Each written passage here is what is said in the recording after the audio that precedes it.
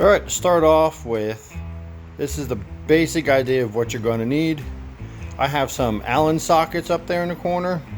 These here, they're pretty nice, you know, and you can tap them with the hammer. You'll see that later on. Dead blow hammer, you can typically get these from the dollar store for $1.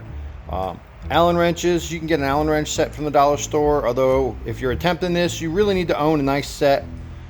Zip ties in case you need to pull off a brake line, brake cable, or your mud flap. So they're also available at the dollar store for $1. You need some SRAM butter, your RockShox oil, some rubbing alcohol. I have isopropyl alcohol. This is 91%. I like to use it for other things, but just some regular alcohol from the dollar store, again, will work well. So this is a regular medicine dropper. Goes up to 5 milliliters. So we'll have to use that twice in each leg. But again, while at the dollar store, I got a flavor injector. So this goes up to 30 milliliters. So I could put 10 milliliters in here and fill each leg of the fork, refilling it twice. Or just put 20 in there and refill the whole leg of the fork. So hey, but again, this is what you need, or at least what you kind of want to look towards. And while you're at it, I'm going to link it in the bottom here, the SRAM page. You can go on there and you can download the instructions and the manuals for pretty much anything SRAM puts out. So your RockShox suspension, definitely you can download the manuals and order parts. So when we start, we want the bike set up nice. I like to have it high up enough where it's right here. Nice area to work on. I don't have to bend over, I don't have to stand up, because you're not going to have to take that apart, but you will have to undo all this, take your wheel off, take your brake caliper off, just so you can access the fork tubes. And let's get into this. All right, so first things first, you need to get this pesky wheel out of the way. So we'll start that by removing the axle. And there we go, wheel's out of the way. All right, so next on the agenda, what I like to do is pull off this little keeper here. So some forks you might just have a zip tie on there. This one has an actual little keeper. It's a 2.5 millimeter Allen. Got it cracked loose. And we can just zip her off there. Being careful not to lose anything, because if we did, well, then we have to go back to zip ties. So, all right, so we got 2 bolts here. These are 5 millimeter. You want to take these completely off. That's all right. Just means you get to recenter it later. Which isn't such a bad idea. Now you want to keep your orientation of your bracket.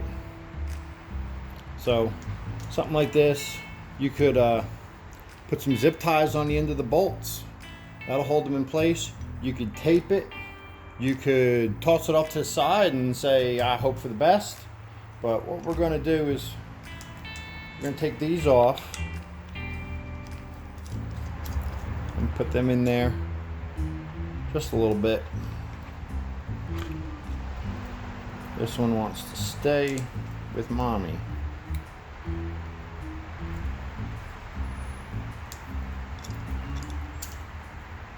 All right. This will zip tie the caliper up out of the way. In the meantime,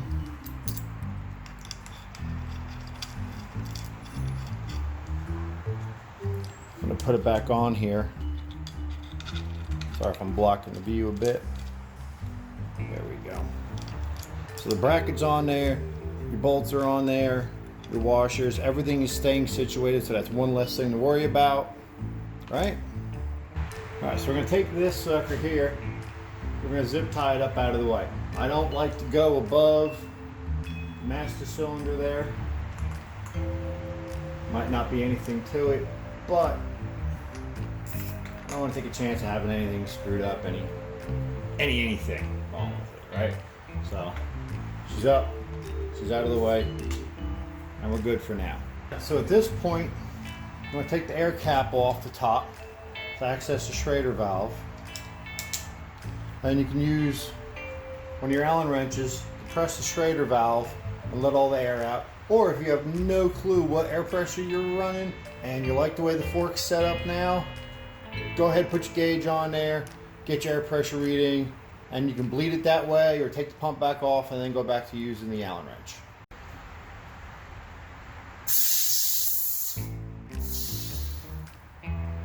All right, air's all gone. You want to move your forks up for better access. If you have the motion control, you'll have this red knob. It just pulls off. It's not too easy to pull off, but it pulls off. Looks like that, right? And this will have an Allen wrench in it. This is an Allen. Again with the 5 mil. Just gonna crack them loose a little bit. There we go. And just bring them back just snug just a little bit. Because, as I didn't really mention in the beginning, you're gonna need a drain pan for this. It seems kind of obvious, but yeah, you're gonna need a drain pan. So we're gonna tilt the bike back forward a little bit, and this way the oil for the low leg service can run out, drain pan will catch it, and we'll go about the rest of our business. All right, so now we got it situated, leaning down. Got our, what is that, 5 millimeter. I'll run these out the rest of the way, making sure my drip pan's gonna catch this.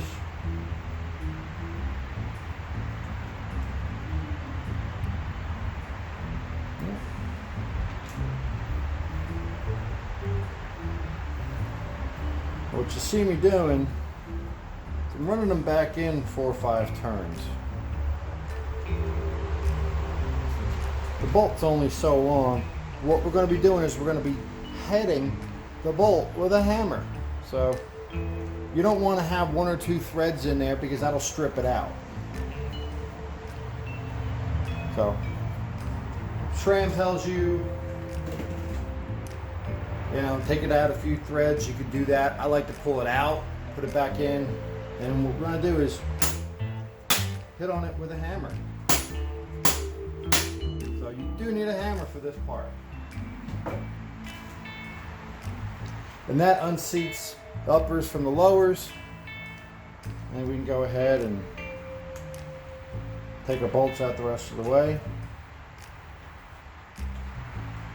And curiously wonder why we don't have oil running out all over the place. You should be able to take your lower legs, pull them off just like that. And there's the oil we wanted. Oh yeah, just dripping out. It's not a whole lot. It's 10 milliliters per leg. So, but you want to make sure it all drips out. And so I'm gonna let these sit here for a second. This is the part where we like to get a beer. Support your local bike shop. Carolina Fats is my local bike shop. All right, so I'll let you work over my shoulder a little bit here as we screw around with the lower leg.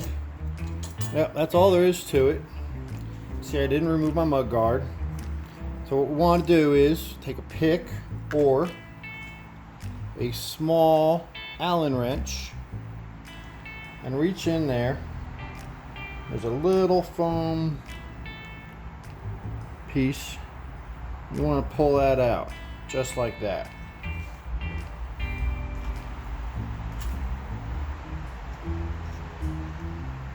Just run it around gently. It's not super fragile. If yours are super fragile, then you probably want to get new ones. You might be looking at a 200-hour service instead of a 50-hour service, which is all this is. I feel these are dry. There's not a lot of oil in them.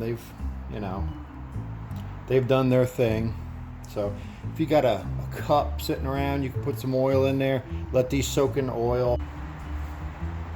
All right, so what I've gone and gotten is a cap off of a spray paint can. These will fit in there just nicely, just like that. It allows me to pour some oil around there, let them soak it up. So we're going to crack this oil open here. Pop us a little hole in there.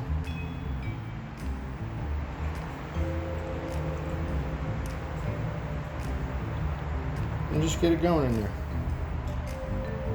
And we put it aside. All right, so we're back over at the upper leg.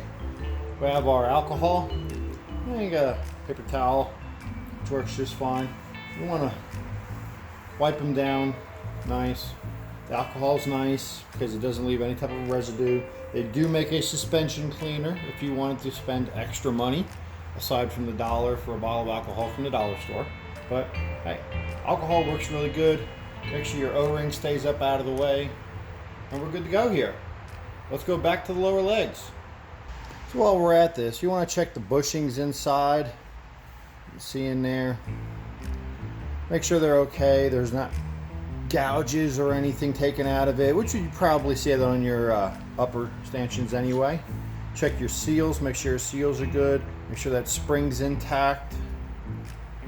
Make sure they have a little, push on them. You know, if you shouldn't be afraid to push on them. If you push on them and they tear or they crack, it's time to replace them. You shouldn't be putting it back together with them like that. So, and the next step, what we're going to do is we're going to clean it. We're going to use some of our paper towels. We're going to get a broom handle, or I'm going to use a long screwdriver, push it down in there, wipe it out really good, get any residue of the old oil out, and then we'll be good to go. I've had these suckers soaking the whole time while I've cleaned everything up, and I had to re-oil them a little bit in here. You'd be surprised how much oil these suckers are going to soak up. Carefully, I'm going to pull them back out. Now you can see maybe they look a little different. A lot more oil soaked now. They're dripping with oil. So what we're going to do is take our fork, just work them back in there. This is just going to take a little bit of time and finesse. Make sure you get it right in there.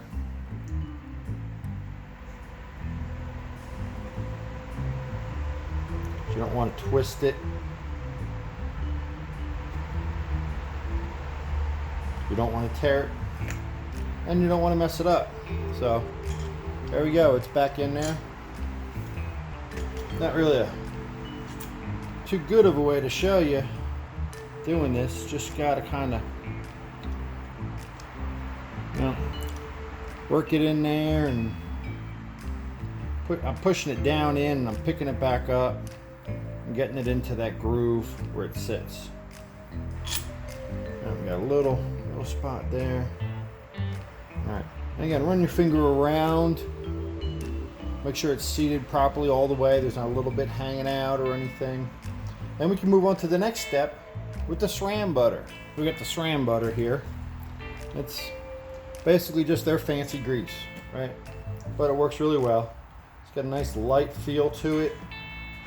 And you want to coat up inside this seal here, dust seal here. You'll see there's a little bit of a channel in there. Man, just fill her up. Pay good money for this stuff. Ain't gonna do you any good. Ain't gonna do your bike any good sitting in the container while you're out on the trail. So lube her up in there. It's not gonna hurt your suspension. You might wind up with a little on the upper after we're done, but that's okay. It wipes right off. You want to make sure this has enough in there to do its job. Here we go. Close this back up. Let's put her back on. All right, so we take our lower leg here, and line her back up.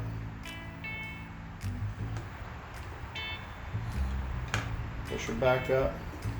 Now you want to make sure as you're doing this that you're not catching one of those seals, which was part of making sure we got plenty of grease on there. There we go. Again, look at it, double check your seals. Make sure you didn't catch a lip of your seal and tuck it up underneath here.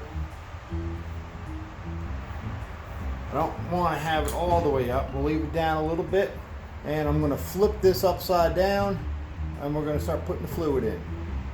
All right, so we're going to take our flavor injector here, stick it down in the oil.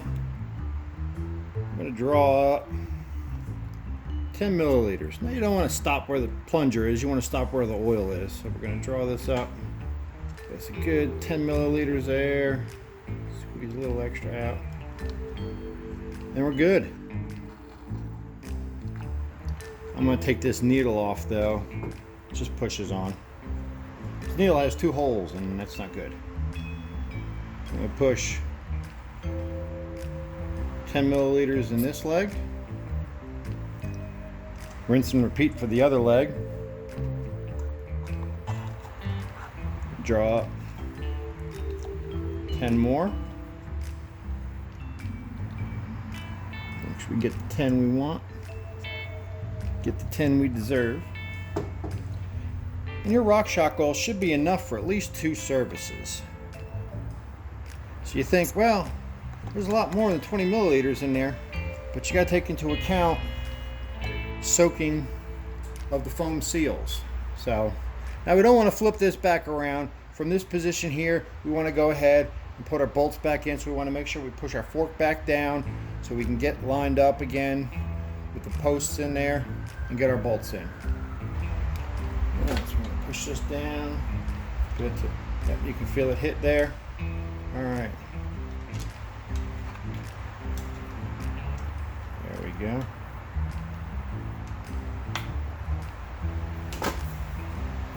That one started. You want to start all these by hand. You definitely don't want to start them with a tool, because if you cross thread it, which is very easy to do, you're going to ruin them.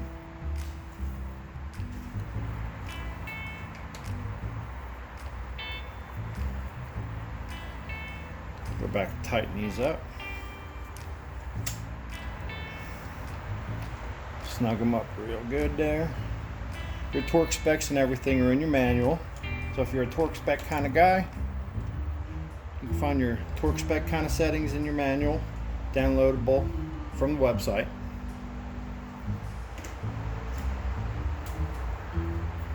Go ahead, make sure there's some oil on that little O-ring there, just so we don't pinch it pushing this back on.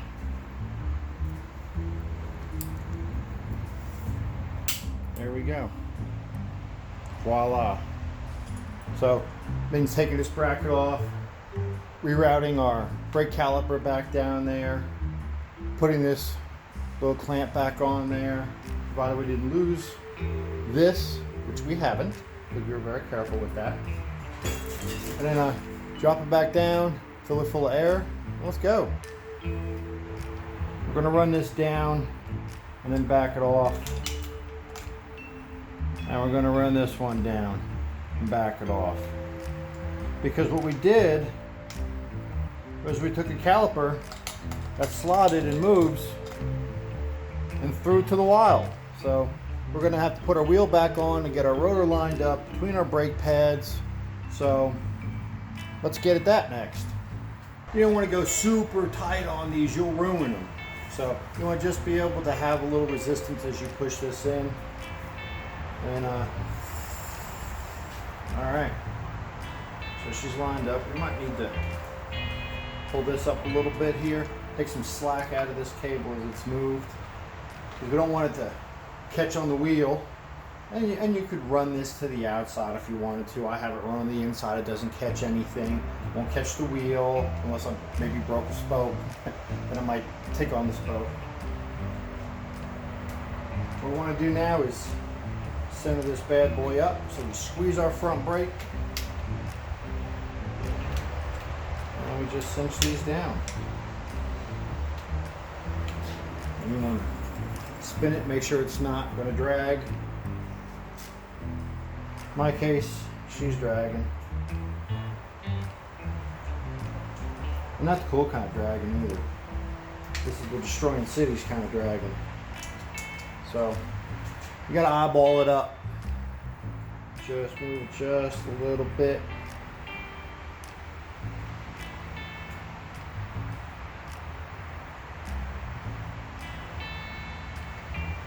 There we go. Got the top one done. Move it. Get the bottom one there. What we have is you can see daylight on either side of the brake rotor. Now we know it's not dragging. There you go. And you don't hear the brake rotor dragging on the pads. Because nothing is more annoying than when you're out on the trail, you get that chirp, chirp, chirp, because it's just too close. So, there we go. Nice. We got a filler full of air. Hope you remember what your setting was. I do. Because I did a cut scene and I checked. Just have to remember all this stuff. What you can do though is you could use a paint marker and write it on the back of your fork. You do the same with your rear shock, right underneath your swing arm on a certain point. And hey, if you haven't already, make sure you give the video a thumbs up. She's bones dry. It's almost like somebody let the air out. Ooh. Gotta check it periodically. Kind of put a little too much in.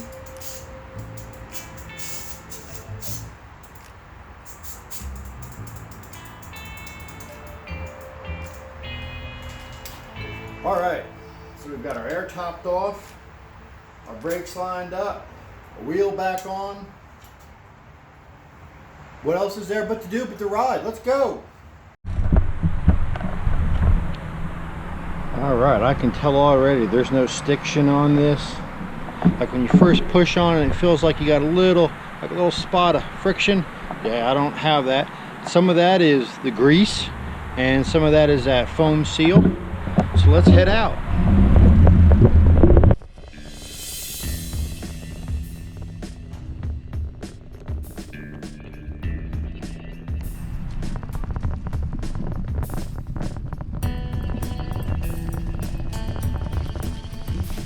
Oh yeah.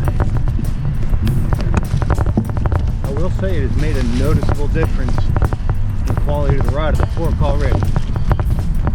So 50-hour service. There you have it.